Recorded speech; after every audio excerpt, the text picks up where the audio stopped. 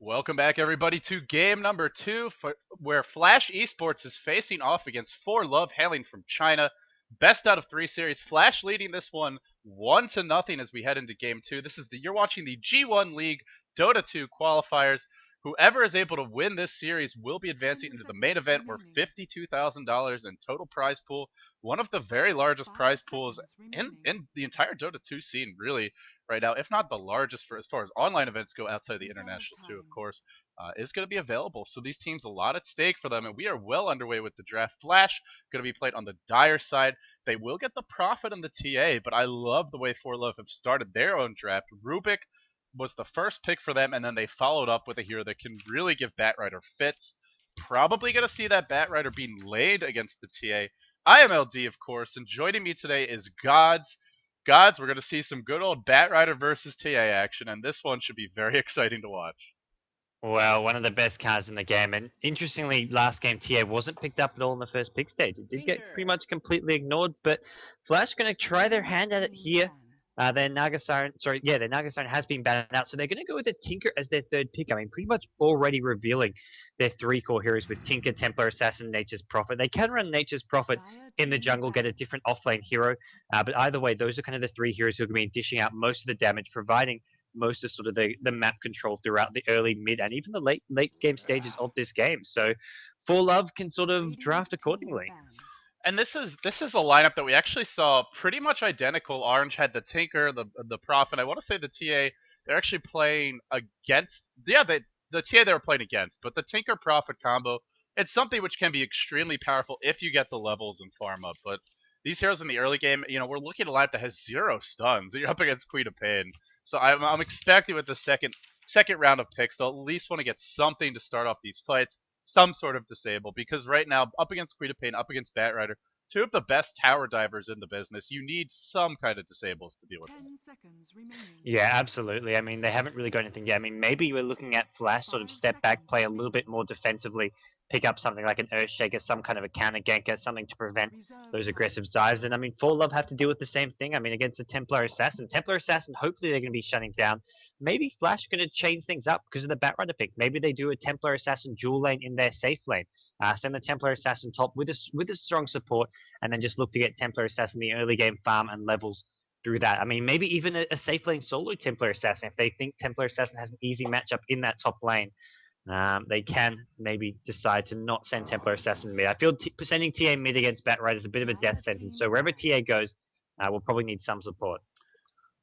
It's just not it's not a fun matchup for TA. As soon as Bat hits level 2, he can even go for a kill. We've seen it time and time again since the changes to Bat, especially having that extra strength gain just allows him to be even more aggressive, and the additional damage from Firefly, the fact that it stays even after you die, ensures that you're at least going to kill the TA even if you go down. We'll see how the lanes are, but I agree with you. I really don't think ForLove should. ForLove, they really want to lane the Bat against the TA, and for Flash, probably going to try their best to avoid that matchup. Tinker does a bit better against Batrider. He's got some really good spells to punish tower diving, especially that March of Machines. Batrider may actually die to the March. It's one of the few abilities that really limits the potential to be aggressive. So we'll see what build this Tinker goes for. We'll see how the lanes develop. The bans, again, very slow in the second stage. It's interesting. Ever since this new patch, normally I felt the second stage bans were, if anything, a bit quicker than the first stage. Yep. And now it's the reverse. We see teams really deliberating on these last 3 bans. Yeah, the draft as a whole has a much different feel to it. You get through those first 6 picks pretty quickly, then you're like, okay, you can see what both teams want with their last few picks, but then you're like, oh wait, we got to go through 6 bands, and then the teams kind of realize what the other team want to get. The Tidehunter ban, especially for ForLove, is a hero that Flash have used quite a lot with decent success. Flash got the Earthshaker. I mean, ForLove have used this hero. I don't think they've won with the Earthshaker though, even though they've used it on a couple occasions, and I don't think it's a hero that's particularly strong against. I mean, sure, the Templar Assassin diving in a visual help, but it'll just slow down Templar Assassin. And Tinker's another hero who doesn't really get too bothered by an Earthshaker. One hero that can really give TA problems is Twin-Headed Dragon. Dual Breath does damage over time, and Ice Path's so spammable, such a great disable, and does a damage tick as well. I'm not sure if FL would pick that up, but I think they have a bit of room in their lineup for it. I'm really curious how they complete this draft, though. What are they going to look to go for? Chaos Knight just gets banned. I was about to say maybe they'll go for a Chaos Knight. Dragon Knight, perhaps another hero these teams could have their eye on. We saw FL use that pretty effectively. It was actually how they sort of closed the series out against Dreams earlier today. So maybe they'll turn to the Dragon Knight again. Against these heroes, he could be very effective. Yeah, I really like the idea of them picking up a Dragon Knight, at least with one of these two picks. They've ran Tiny a couple times. It just hasn't seemed to work all too well. I mean, they did do the one game where they had the solo mid Tiny, which wasn't played as a DPS Tiny, work. They did win against Dreams, but I don't think that's going to be their go-to option. I think the DK worked a lot better. It's a lot more comfortable for them, and is something which they may want to do here with one of these two picks. They'll need another support as well. I mean, that's why we saw the Earthshaker being banned out. Enigma still in the pool and still an option for both these teams. So maybe that's something we could see ForLove trying to get their hands on as well. Yeah, I don't think it's quite as viable for Flash because you're up against Rubik and Batrider. A lot of ways to really cancel that black hole and potentially steal it. So Enigma could be turned against them. Oh yay! But this is we get a bounty hunter. This is a pick that it works great against TA. It punishes split pushers heavily, and I don't think they can really harass him out of lane. He's going to get some levels and experience if he is in that suicide lane. This one could really work well for ForLove. Yeah, I've been missing this hero. It's a lot of fun. I love watching Bounty Hunter. I just think it's such a fun strategic hero, such a great offlaner, and a hero that is just deceptively strong even without items just because of track. I mean, I think people are kind of, especially in pubs, is kind of under this impression you have to get damage items to do damage with Bounty Hunter, but you do a lot of damage just with that Janata. The track is more to sort of set up your teammates to do damage, and it's a strong hero overall. We're seeing something out of the ordinary for Flash, though. Bane Elemental. Whoa! I mean, this is like something I see the CIS teams do, like DTS. Even Na'Vi will do a support Bane every now and then. But what if Flash got up their sleeves with this?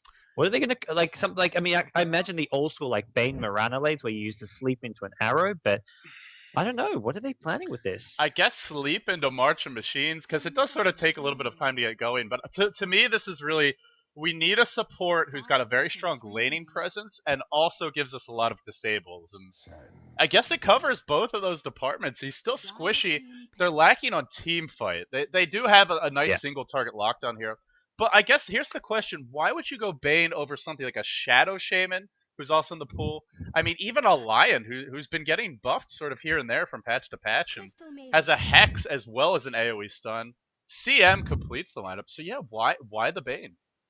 I'm not sure entirely myself. I mean, it looks like it has to be a support Bane. I mean, they can run Bane as a solo with the Nature's Prophet in the off lane, I guess.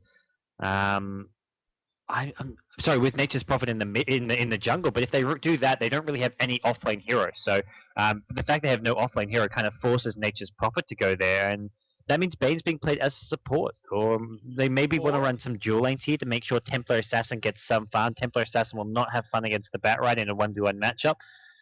So I guess this is maybe dual lanes coming out of Flash with a 2-2-1 setup with the Nature's Prophet in the offlane, unless they do something completely crazy here, but I don't see that happening. Well, we're going to see KS playing the Tinker, and he's normally sort of their safe lane farmer. We did see him play Pudge in one game, but he'll be playing the Tinker. Soul Ring Recipe already picked up, heading towards that top lane. MLG had this absolutely fantastic Disruptor in game one. He'll be handling CM, I feel. Can't really make as many big plays with this hero, but still a very solid support. He'll be dual laning it up there. And Iwa also had a great game on that Queen of Pain, going mid as TA. I feel the matchup this game, whether it's the Rubik or the Batrider, and it looks like it will be the Rubik, not going to be as easy for him to dominate the lane. DSF going to the bottom lane, that off lane most likely is the Prophet, although the triple mantle could be a sign that maybe he wants to do some cheeky jungling of some kind. It's a lot of damage items for an off lane Prophet. I think this is going to be similar to last game, where instead of going to the off lane, he just says, I'm just going to go to the jungle. Yeah, that's what I'm thinking as well. I don't know how he does. Well, I mean, this isn't the worst offlane for him, and in fact, we're seeing a very strange offlane. We're seeing a Batrider bounty hunter. I mean, what is this? Is going to be like a semi-jungle bounty hunter. He's got sentry wards to make sure he can de-ward the pool, and it looks like he just wants to use those pools. Sanking Rubik heading up top. That's against, well, a Trilone, so that's not going to be too fun for them. And then, yeah, we've got Queen of Pain mid. Queen of Pain against the TA. I'm surprised Batrider isn't going for that 1v1 matchup at mid. It's just not what I would have expected from ForLove. Very unconventional laning. Yeah, maybe just sort of expecting mind games from Flash, expecting Flash to mix things up. and sort of Flash just saying, okay, you think we're going to do that, but we're actually going to do this, what you originally thought we were going to do, or what could have expected us to do. Quap does decently, Queen of Pain does decently against Templar Assassin. She doesn't really dominate the lane. In the early levels, she'll be pretty well off, but as TA levels up, it's really going to make life difficult for the Queen of Pain, at least to win the lane. It should be a fairly even matchup early on, though, and immediately Sentry Ward and Observer Ward placed in this top lane. What can Rubik and Sandkane do here? I feel like they can't even approach the creep wave. Yeah, maybe one of them's just going to decide to help out this Queen of Pain at mid. It looks like maybe even both of them, Rubik and Sandkane, both somewhat rotating towards the river here. There are Observer Wards for the Dire team at that top river, so they could get spotted if they go for a gank without a smoke here. And ForLove, I mean, I don't think that's going to work out too well for them. They're walking straight past this Observer Ward. This is not going to be a successful gank for them. Unless Iwa decides to feed, and he doesn't feel like feeding today, so retreats to the tower. He'll be fine. But they do head into the jungle, and now maybe they could even find that Prophet, although level 2 and just not having enough damage, they're not going to kill him. So wasting a lot of time being wasted, and Prophet not wasting any time, already hitting level 2, and continuing to jungle. Just all these mantles being picked up. Maybe gonna TP. Oh, this is what he was planning to do. Gets level 2, and I was thinking, oh, he's gonna do the cheeky hill jungling, but you can't do that on the Dire side. But now he's gonna do it to the Radiant jungle. Oh, just one of those little cheeky things you can do, really. Yeah, and got the build which would give him the most damage, which is that triple mantle, so he can kill him just that little bit faster. Sam and Bane, I mean, they're looking to sort of match up what the opposing ForLove support's doing. Follow the mid. And ForLove, I mean, these supports, they're pulling creeps off. They're just looking a bit lost and confused here. They will find a DD room, but they're not going to really be able to go top. They're still level 1 here, and they don't look any closer to getting level 2 from when they spawn. And this is very interesting as well. So obviously that top lane has got to be a big concern. Experience and gold already, they're going to fall way behind experience. Well, I say way behind, but actually not. They have 2 level 1 heroes, but somehow they're almost even. I guess the Bat Rider or the Bounty Hunter get a lot of experience. Now it's a jungle Bat. Bat gets level 3, and then he transitions back into the jungle. Is going to take a single point Firefly, stacking up this camp and getting a ton of farm. The new Bat Rider with the increased damage on Firefly, as well as the additional strength, is just an insanely powerful jungle. Already level 4. You can actually jungle from level 1, and he almost dies to this, but now he's got 900 gold. So powerful. These 2 supports still, you said lost. I mean, at this point, it's just... They really don't know what they want to do. Now they're going to go back top again, but at this, you can't enter the lane. They certainly can enter lane before. They definitely can't enter it now. Tinker's level 4, still full vision up for the Dire, and now level 2 on the CM and the Bane. I don't know what they're planning, but this looks like maybe a first blood in a second. Yeah, they want to try find their way into this top lane, and the Radiant team, they're going to have their ward de-warded in this top jungle here, and now, I mean, they're playing blind. They don't know when they can go out. They're really stuck at their own tower here, and being this under-leveled, I mean, they can just get tower dove if this Tinker wants to push out the lane. They've got level 2 March of the Machines. They can set that with the sleep. I mean, you mentioned the sleep into March of the Machines. I mean, as soon as the first March hits, it will wake you up, and you can walk out, or in Sandking's case, Burrow Strike out, but it's going to already do a lot of damage here. As we do see bottom lane. It looks like Nature's Prophet has decided, okay, I can go back bottom. It's just a solid Bounty Hunter for now. The good news, I guess, is that Bat Rider is level 4. The Bounty Hunter is also level 4. So these 2 very powerful mid-game gankers getting a lot of levels and some decent farm. And the lane finally pushes in. So level 2 for Sandkane. Rubik will have it soon. Despite a really slow start, they are getting something. Queen of Pain dropping low mid, taking a lot of damage. I'm guessing that was Sideblade Splash that really did her in. TA doing her best to push this lane out to control the runes. Prophet, level 5, regen picked up for him. That's going to fuel the jungle. And in fact, he may just do some low ground to high ground jungling here. That's what DSF wants to do. Very safe. Just all these little tricks. It's really, it's one thing to have an idea of how to play Prophet, but this is sort of that next step for being a good Prophet player to really mastering the hero. Knowing how to deal with bad lanes, knowing how to be very efficient with your time, making the most of what could have been a tough off lane.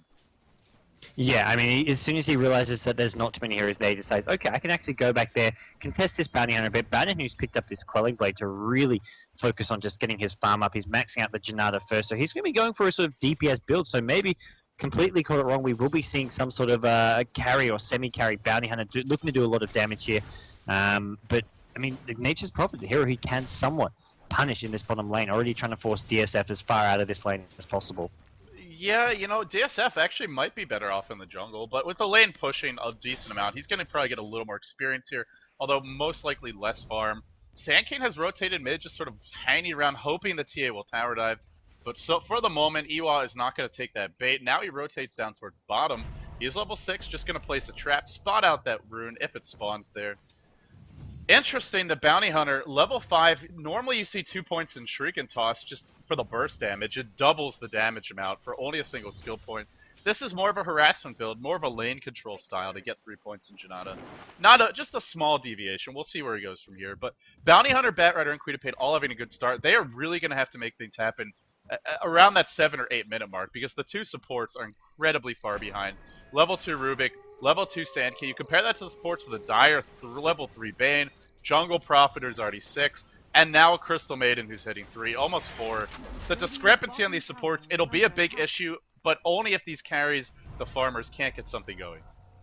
Yeah, I mean, it's a weird scenario where these supports are ridiculously under-leveled, but the XP between the two teams is still relatively even as a result of the Batrider kind of the Batrider and Bounty Hunter both getting a lot of experience. I mean, both essentially getting solo experience with one in the jungle, one in the safe lane, and it's still looking fine for ForLove here, despite how bad a situation these supports are in. But hey, Rubik, Sand King, I mean, they can still, just with the level 2, level 3, have some sort of an impact on this game.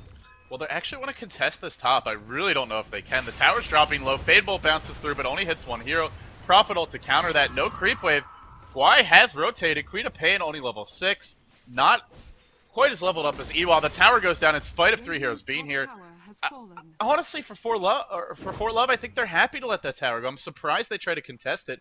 Let the lane push, then you can safely get some levels and experience for your Rubik or your Sand King. Or just start doing some pulling. They're not going to go for a tier 2 this early, but they choose to try and defend it, not able to do so. Guai still level 6, now he's going to rotate back to the base, and then head out to the lane again. TA really starting to pick up the farm. This should be your Phase Boots bottle, Magic Wand, all the basics complete. I think the one thing that ForLove really need to get is this Blink Dagger and Batrider. Once he has that up, he can start to set up some kills. And that's where they really need to sort of prioritize getting kills. I mean, they have a Bounty Hunter as well, who at this point is just prioritizing his own farm. He's level 7, so he's got track, he's got his Phase Boot, so he's got the potential to go set up kills. In some places, it's hard to go gank the Tinker's Lane because you're walking into Martin machines. They can easily turn that around. I mean, Frostbite, Nova, the Bane as well. They're going to smoke up at top, but I mean, this is where does the Bounty Hunter get kills? Where does the Bat get kills? I feel like they need to maybe group up and look for pickoffs together, but that's not going to happen until Batrider has the blink you're talking about. He's going to get it though pretty soon. I mean, he's up to almost 2k gold already, so this is a pretty farm Batrider. He's just been more or less jungling throughout this early game stages. Yeah, he just got level 3, and it's such a versatile hero. Strong as a solo. Can even dual lane pretty effectively, or tri lane as well if you have something like a Venomancer or Chen to support him and get a lot of early kills, or you could just get a couple levels in the lane and then go into the jungle. That was the one thing I really liked from ForLove in the laning stage. Top lane, it's asleep on a Rubik. 8 minute could be our first blood. Crystal Maiden thrown up in the air, but Rubik is dead. First blood claimed by the Prophet, who's now 1,300 gold to go with his Hand of Midas. Level 8, and if we just compare him, I mean, he's probably worth more. In fact, I'm almost certain he is than the Rubik and the Sand King combined. And that was the offlane. In fact, almost 3 times as much net worth. Just showing how strong Prophet can be as a laning hero. The Sand King and Rubik really struggling in this stage. Yeah, Nature's Prophet is looking very, very farmed. I mean, maybe not as far as pure CS compared to some of the other heroes in the game. I mean, Batrider, Tinker, and Bounty Hunter actually leading the way, but this Midas is really going to accelerate his farm. He's level 8 as well. He does get the bonus experience from it. And Flash, once again, I mean, they're pulling ahead in terms of gold. The XP is slowly starting to dip down as well. And we're going to have to see whether or not this Batrider's Blink Dagger, which he's just picked up, can make anything change. He's heading towards mid lane. It looks like TA is going to be their first target, and this could be ForLove's first kill of the game. Batman! And he's going to blink in with the lasso, and that's a much-needed kill. Level 8 on the Batrider. The supports get level 4 off of that. Quita Pain hitting 7 a little bit before that engagement. Really wish Bounty Hunter was there, huh? Because then you have 5 heroes getting some track gold. But nonetheless, an important kill. And TA has only farmed this game, has not actually ganked at all. And it's okay, I feel, already the Tinker with the Boots of Travel, the Prophet really farmed. just weird. It just feels weird to see a TA not getting any kills, but still having a decent time in spite of that death. Yeah, for me, TA still isn't a good... I mean, that's one death. That's the first death of the game for the entire Flash Esports side. So it's not a big worry for them. They just don't want to give too much consecutive kills to the Bounty Hunter and the Batrider combo. If I'm ForLove at this point, I would be looking to give maybe this... Yeah, give the safe lanes to the supports. Give Sandking maybe this solo bottom lane and try to look to get some farm XP on other heroes. We're going to see Bounty Hunter, Queen of Pain pick up a kill at top on Bane. And that's really what they have to keep doing. Get kills with track, get kills using their 3 heroes who have all the farm, have all the XP. While Sandking, I mean, sure he's a support hero, sure Rubik's a support hero, but they need a solo lane at this point. I thought they might go back in on the Tinker. In fact, I think Queen of Pain wants to do so. Tinker's low on mana, and he's going to blink out. If Bounty Hunter was here, they get this kill. Not sure he should have TP'd back, but they're not going to find the kill there, but they do get a track kill onto the Queen of Pain and the Bounty Hunter. TA comes in with the DD rune. No way you kill the Queen of Pain unless she does something stupid, and she won't. Tinker comes back. TA and Tinker are going to start pushing out this lane. Bottom lane, the Bane is rotated over there. Just for one track kill so far, but even just a few can really start to turn the game around. And all of a sudden, the support's not looking as bad. Rubik hitting level 5. How are we doing on our Sand King? Level 5 on him as well. They're starting to catch up. Yeah, I mean, I feel it's one of those things where making sure their solos and their key sort of initiators did well in the early game was maybe the right decision. I mean, that's the thing. Rubik's been sort of soloing this bottom lane, catching up on XP, even catching up on a bit of farm for the last couple of minutes, and he can't really help out in these ganks and teamfights, so why not? It's the Batrider, the Queen of Pain, and Bounty Hunter who are going to be getting these kills around the map, and that's something they have to keep doing. Whenever this Lasso is up, I feel they need to be ganking. Batrider right now, looking to continue jungling a bit, and I feel he just needs to be a bit more proactive on the map. Hansi is on the prowl. This Bounty Hunter is looking for kills. Bottom lane, Rubik is eating that Banal, and the Rocket comes in. DSF joins the fight. That's going to be a mech at 12 minutes in, and a Midas. In fact, I was going to say Xiao 8 level, but this might even be faster than what we saw out of him on LGD, and his offlane Prophet, very fearsome. Hansi comes in. One auto attack, over half the health. Now they go onto the TA. Great timing here from ForLove, just looking very solid in game number 2, and it looks like they're going to get another kill, but they're fighting the March, and this could really turn the fight around. The Firefly is about to end. He just gets to the high ground. Firefly can end any second now, but they get the kill, and that's, I think that was a track kill. Now track goes on the TA.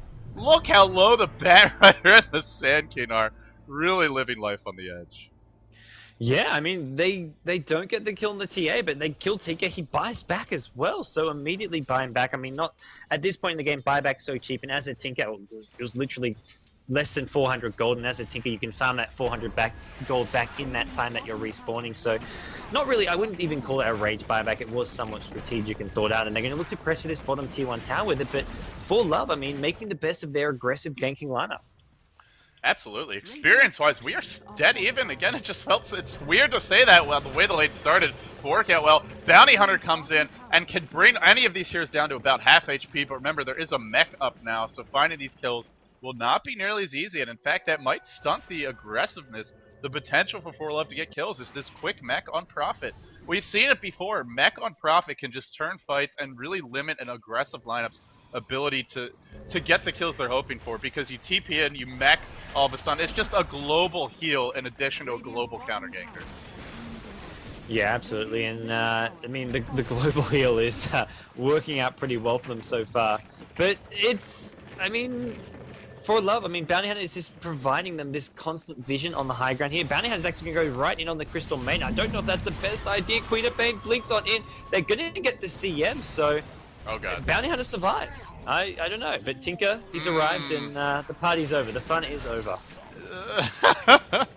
Tinker, the anti-fun hero with that Martian Machines. Bane is smoked up, and he might run into someone. The Queen of Pain, not going to find him just yet. This is the scary part about Flash's lineup, though, is you create the trans and then you start layering the Martian Machines, and not only can Batrider not blink into it, but the team can't fight inside of that. Look at Queen of Pain, just taking a few seconds of March damage, loses about 100 health, dodges the missile with the blink away. It's so hard to be aggressive into Martian Machines. Oh, no, absolutely, and it's one of those things where, you can't really risk going in, and you have to make sure you have enough damage. I mean, when that global heal can come in at any time from Nature's Prophet, you have to make sure you kill heroes instantly and then get out instantly, because Tinker's March is just going to tear you apart if you overextend. And now we're going to see another thing that can tear apart some of these ForLove heroes. Blink Dagger's up on the Templar Assassin, so I expect AWA to be a lot more aggressive, try and start setting up some kills with his team, or at least looking to find those kills. Bounty Hunter's probably dead here. In fact, he definitely is. 5 heroes bottom. The mobility of this lineup with the Blink Dagger, the double global presence, and both supports already being there. Flash just really seeming to have the right heroes in the right positions in these fights to turn things around. And 3 heroes smoked them for ForLove, but a trap gets dropped. This is not going to reveal them, but it could set up some bad situations. We'll have to see. Sandkane he's level 7, but he doesn't have a blink. Now he gets revealed. I think the trap just spotted Rubik. It did, and Rubik's in a lot of trouble. In fact, Batrider jumps in, wants this TA. Scream of Pain, I believe dodged by the refraction, but still dropping low. There's a Burrow Strike, no Queen of Pain ult, and TA lives through it all. Look at the March of Machines damage. Those machines are on an absolute tear, and the Firefly does some good work, but just not quite enough. 2 heroes now dead, 5 alive for Flash. Yeah, March of the Machine. The story of this game so far, and Tinker having a Blink Dagger, it's so easy to set up the March wherever he'd like. I can just spam those heat-seeking missiles and just be so elusive. I mean, this is what Flash Esports lineup is all about: being as annoying as possible, kiting their opponents around, blinking around, being able to get kills anywhere on the map. I mean, it appears you're somewhere safe to farm, but then suddenly Prophet TP's in, Tinker can TP in. You've got blinks on TA, you've got traps to slow people down from far away. There's so much long-range initiation that it's so hard for ForLove to find any space to farm. It really is, and this is the KS build. I mean, at this point, he loves rushing this Blink Dagger. And in this game, I mean, you blink in and you just march instantly. It gives your team, it's a lineup that has some global mobility, but inside of fights, it's sort of a local level. They sometimes lack it, but with the Blink Dagger on him, and with TA having the blink as well, they can chase very well now. It's actually ForLove who are going to have to be a little bit careful. It's funny, I feel like the roles are reversed in a little bit. Flash, you look at a Prophet Tinker and you assume, or you're used to seeing just kind of the turtling, the split pushing, farm up those hexes, go for ultra late game and win that way. But it's really them playing aggressively. So they're taking a combo of heroes that we've seen before, but then adding their own unique twist to it and making it work. Yeah, and now I think they're going to, okay, they're heading past the Roshan pit. They're just heading down towards the bottom lane now. Going to be sitting behind this Tinker maybe considering going down back towards this bottom lane. TA blinking into, TA decides to go into the Roshan pit. I think he's going to decide quickly. He can't actually deal with Roshan just yet. And I mean, ForLove, I mean, they're grouped up around the mid lane. They're grouped up together because right now it's really their only option to stick together and try find those pickoffs. But they can't really fight into this Tinker March. It's just such a big issue for them. And late game, I think Flash has this with the double Hex carriers and the Prophet and the Tinker, plus TA is another big damage dealer, and the level of farm they're getting on these heroes. It's weird to say when you have a lineup with 4 intelligence heroes, but I think Flash will take this late game no problem. Especially because fighting into March, even BKBs don't help you from that. Bane, one of the strongest late game supports with his ability, feed script, as well as Brain Sap, just keeping him alive for a long time. I'm surprised we haven't seen a single point in Enfeeble, despite the recent buffs to it. Even if you Manta, it will not dispel it. It's just such a powerful ability. Not as relevant in this game, I guess, but... Yeah, I don't think there's any real targets that you have to worry about for. I mean, if you're against a TA as Bane, I'd say, yeah, you probably want Enfeeble to chuck on the TA, but there's no real right-click damage. I mean, Bounty Hunter's the closest thing to right-click damage, but he's more sort of weave in and out, not doing consistent right-click damage. And there we go. Age is picked up by Templar Assassin, and, well, Templar Assassin starting a BKB of his own, and this is going to get really hard to fight for ForLove when they have BKB up on Templar Assassin, as well as Tinker getting close to his next item. And I mean, there's not much in the near future for ForLove in terms of items. Maybe some levels here and there. Maybe Sandking's still a long way from his Blink Dagger. These heroes are lacking in levels and items, although, ooh, gem up on Rubik. I mean, this is interesting. It is. It'll help them deal with the TA as she goes invis, but more importantly, this is about the map control, and they're going to find Sandkane, and he gets Fiend Script, and that's a dead Sandkane. Sad Scorpion here, but at least he wasn't carrying the gem, so they hold on to it for the moment. Both teams with a gem. In fact, Bane is one of his own, so both teams, I mean, looking to get a lot of map control and just shut down any invis heroes on the map. You know, it's a little bit easier for Flash to get that map control, though, because Yeah. they can push these lanes so fast that once the lanes get pushed in, then you have so much freedom to rotate all through the jungle. Just so many avenues to sort of scout around, clear out those wards. It's a little bit more difficult. Even though they have a gem on the side of ForLove, just actually dewarding, having the map control, having the lane creep equilibrium to do it, not going to be as easy for them. Yeah, no, absolutely. I mean, all these lanes being pretty consistently pushed out. I mean, you can see the mid and top lane are near these tier 1 towers, but it's on the Radiant side, they haven't even got their tier 1 towers up. I mean, Flash are pushing down all those towers, and now they're looking for the engagement ForLove at bottom lane. Flash, need to be careful. 2-hero bro strike. Did he just try to channel Epi in the middle of that? He did, and he barely failed to get it off. Crystal Maiden chewing them up, just freezing everyone. And look at KS. We saw this before. Oh man, just diving so aggressively. The March and the Crystal Maiden ult, that is some disgusting AoE damage. And I gotta say, CM got a little bit lucky with the splashes there. Sometimes you don't really hit anything, but he was hitting on like every single little Nova that coming out for the freezing field. Blink on forward. They want the bounty hunter. Won't find him, but now they're just gonna go high ground. Flash, we said end the games early, you know, get that quick lead that you're used to getting, play aggressively, but then don't let it go late. And well, they're really taking that to heart. Already breaching high ground, 21 minutes in, and I don't know if they have to back, but they're gonna choose to do so as the Queen of Pain responds. Yeah, they want to play this as safely as possible, it seems. I mean, I feel with the Aegis they don't have to. I think the one thing they're worried about is they haven't actually got the BKBs up. They haven't got, they've got a mech, they've got Maelstrom on the Nature's Prophet, so Nature's Prophet's starting to do some big right-click damage, but without those next serious items, they're just going to play this as cautiously as possible. ForLove, all respawning here, and they do pose a threat, especially with the Blink Dagger on Batrider. He can pick off a hero almost guaranteed if they're pushing uphill. Yeah, he really can, but I don't know. I mean, right now, ForLove picked a lineup that you want to be ganking with this lineup. Yeah. You want to be finding track kills. But by the time they get to where the Prophet or the Tinker is, those heroes are gone. They've TP'd out to the other side of the map. So at this point, it just seems like they're getting outmaneuvered. This should be a kill. Bane gets pulled in. Into the Firefly. Actually, maybe not, because he doesn't brain sap and the wand. Will it be enough? He's gonna die. Batrider drops low. Oh, that's a gem destroyed by the Batrider.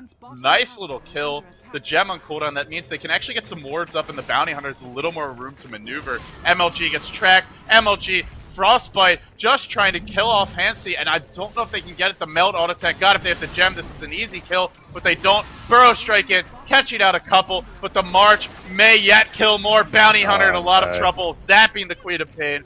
Blake on forward, Templar once more, and now Banana is probably going to go down. No, he'll be okay for the moment. God, not having that gem is just saving them, blinking away, dodging potentially the killing blow, but the urn wears off at exactly the right moment. Now the track, Queen of Pain bought back for this fight, and now is kind of running away, looking for opportunities to jump in. There you go, jumps him into a feed script, perhaps the wrong place, a buyback into a second death in exchange for a Crystal Maiden. Not a good trade. Everything falling apart for ForLove. I mean, buyback, instant death, and Prophet's come back. He's got the gem. Like, he's passed it off to someone else on his team by the looks of things. Bane's got the gem back. They destroyed the gem that Flash had, but Flash actually had 2 gems. They picked up the gem Rubik bought earlier on. It was sitting at base, so they just said, okay, you kill 1 gem, we've got another thing at base, which we'll bring out.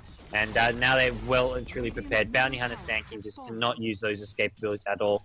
Flash win another team fight convincingly. Queen of Pain going to be so far behind, dying twice, using up gold to buy back, and Flash, they're taking down towers one by one. Just the last tier 2 tower at top remaining. They've even taken the tier 3 bottom, and I mean, they can play this as fast or as slow as they want. They can wait for the next Roshan. They can take a fight in the near future if they really want. Now that they've got the gem, they've got map control. They can just take fights on their own terms with relative ease. You know what I love about Flash is when they decide to go, there is no pussyfooting around. The entire team immediately jumps in as a unit, as a squad. There's so many times when you cast a team and they play well, but there's just moments of indecision. Whoever is calling the shots for this team, however they're making their in-game decisions, there's no second guessing for them. When they decide to go, they really decide to go, and it's working. Being decisive, it's a very underrated quality, but most of the top teams, when they need to be decisive, they absolutely are. We're definitely seeing it from Flash in this game. Yeah, and ForLove just looking a bit more indecisive with what they're trying to do. I mean, you had Batrider kind of jungling a lot earlier. He didn't really know when he wanted to come out of the jungle, set some ganks. They got the 1 kill in the TA very early on, but from there they didn't do a whole lot. They're trying to make the most of it now. They will catch Tinker at top lane, so that's an important kill for them. It'll buy them a lot of time. It's not going to transition them into a tower or anything, but at least gives them 60 seconds where they can try focus on getting another kill, finding some other pickoffs, and then maybe looking to get a tower, but they're going to have to find something soon, and it's just really hard for them still. You kill the Tinker, and he just bought a Scythe of Ice, so unfortunately can't deny that item. But the bigger thing is I don't know how they find kills when the Batrider lasso is down. They don't have a Sand King with a blink, so he can't initiate.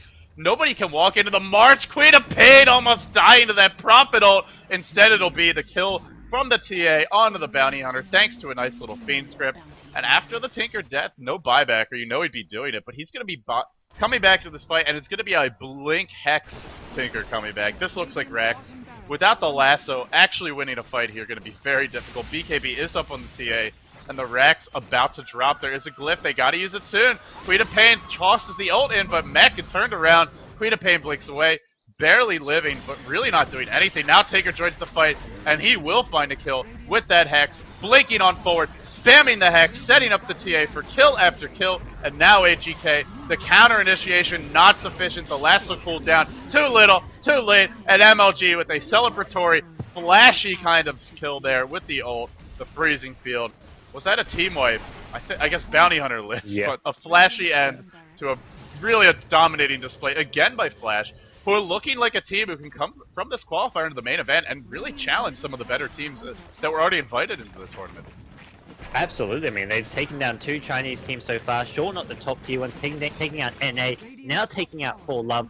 I mean, if they get in, they do get in now. Winning this match, they are now qualified for the G1 League. And that means, I mean, they're going to be going up against the likes of MUFC, Orange, IG, LGD, DK, all those big names. And the way they've played, I actually think they're going to be producing some very good, close, entertaining matches and maybe even cause some upsets. Yeah, this may be the biggest up-and-coming team in Asia right now, as far as Dota 2 goes. Flash, they're winning with so many different kinds of heroes and just such a variety of styles. It's not a team which just has one way of winning games. They're finding multiple ways to win. They're doing different lane combinations. We're seeing, you know, everything from a dual lane Pudge Venomancer to this sort of semi-global strategy, running Bane as a support. Very versatile, very solid, well-rounded. The decision-making is there. I wouldn't be surprised if they take some games off the top dogs, teams like IG or LGD. Not saying they will, not saying they're going to win the G1 League, but they're going to be a team that nobody can sort of... It's not a walkover win when you're playing against Flash. They're not a team you can just ignore on the calendar. The way I see them, I mean, at this point, they're just going to keep on improving. I can definitely see them taking off games off top teams.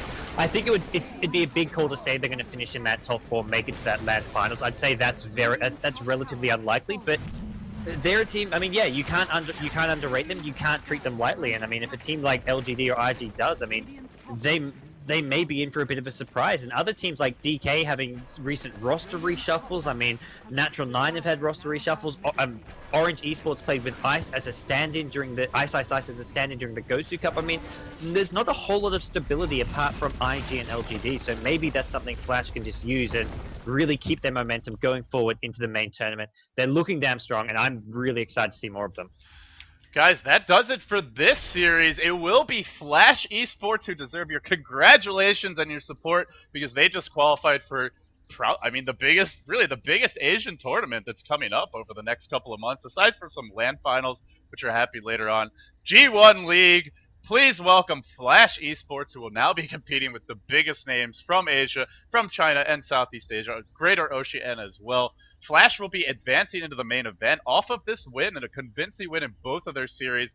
For ForLove, they drop down. They have one more shot. They got to win their next series. If they're able to do so against the loser of EG versus Sequential Gaming or SQL, then they qualify. Otherwise, they will not be able to enter the main event. So they still have a shot, but this is a tough loss. Kind of not brutal, but a difficult loss. So we'll see, but that does wrap it up for the series. Thank you all very much for tuning in. I am LD, and joining me was Godz. Together we're David and David. If you enjoyed our casting, the VODs will all be available on youtube.com/godzstudios and youtube.com/ldDOTA. We usually each take a game or two from each series and kind of split them up. So if you want to make sure you catch all the VODs, subscribe to both of us on YouTube. That's the best way to keep in track. And also, if you enjoyed watching Flash, then make sure to follow them, support them, Facebook and Twitter. It's Flash_esports on Twitter and just Flash Esports, all one word on Facebook. So an exciting team, and hopefully people will be interested in following them, showing them some love as they move into the main event. We have one more match today, guys. That will be EG versus Sequential Gaming, and I think we might have a bit of a delay before that. It's scheduled for 21 SGT, which is at actually only 20 minutes from now, so it should be coming up pretty soon. Yeah, it's in 20 minutes' time, we'll see EG versus SQL. That's going to be an exciting match, I feel. SQL really, I mean, sort of the underdogs, the upcoming team who've been, oh, I say upcoming team, they've been around for quite a while. They're kind of looking for their breakout performance. EG, of course, everyone knows them. Everyone either loves them or hates them, and we'll see what they can do here in the G1 League qualifier. They'd love to get a chance to compete with some of these Chinese teams. Absolutely. Guys, stay tuned. That match will be coming up soon, and I'm excited for EG. We're probably going to see the Night Strat, and the Night Strat never loses, so we'll see if Sequential Gaming is prepared for it. But stay tuned, guys. Sequential Gaming versus EG coming up in about 20 minutes' time.